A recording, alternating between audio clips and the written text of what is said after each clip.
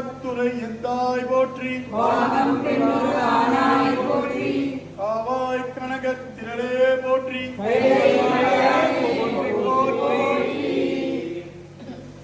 இன்னைக்கு பிப்ரவரி 28 நம்ம கைலாய தரிசனம் முடிச்சிருக்கோம். 6 கோள்கள் ஒரே நேர்கோட்டில் வர 4 மார்ஸ், எர்த்து, புளூட்டோ. இந்த 3 இல்லாம மீதி 6 ஒரே நேர்கோட்டில் வர ஒரு சிறப்பான நாள். 6 கோள்களும் அப்படிப்பட்ட ஒரு நாள்ல நமக்கு ஐயன் சிவன் கைலாய காட்சி கொடுத்துருக்காங்க. ஸோ ஒரு பெரிய பெரிய சம்பத்து நம்மளுக்கு கிடைச்சிருக்கு.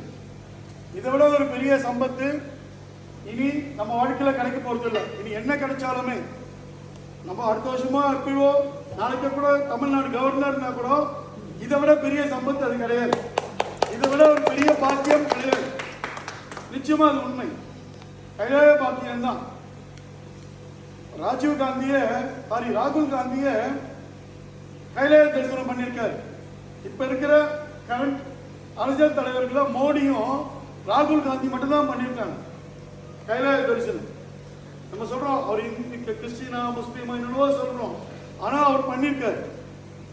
ஒரு கர்நாடக தேர்தலில் அவரு பிளைட்ல தனி விமானத்துல ஒரு 20-30 பேரோட பயணம் பண்ணும்போது விமானத்துல கோளாறு வந்துருச்சு.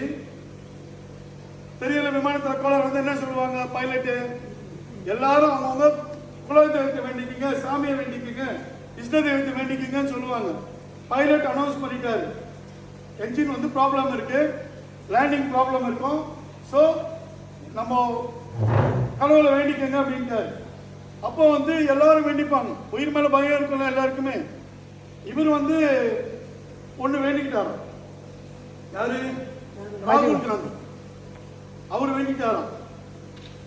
அதுக்கு அப்புறம் 1 வருஷம் 2 வருஷத்துல அவர் கைலாஷ்க்கு வந்துட்டு வந்தாரு. அவரும் ஒரு யாத்திரியா தான். கைலாஷ்ல வந்து யாருக்குமே சிறப்பு இதெல்லாம் கிடையாது.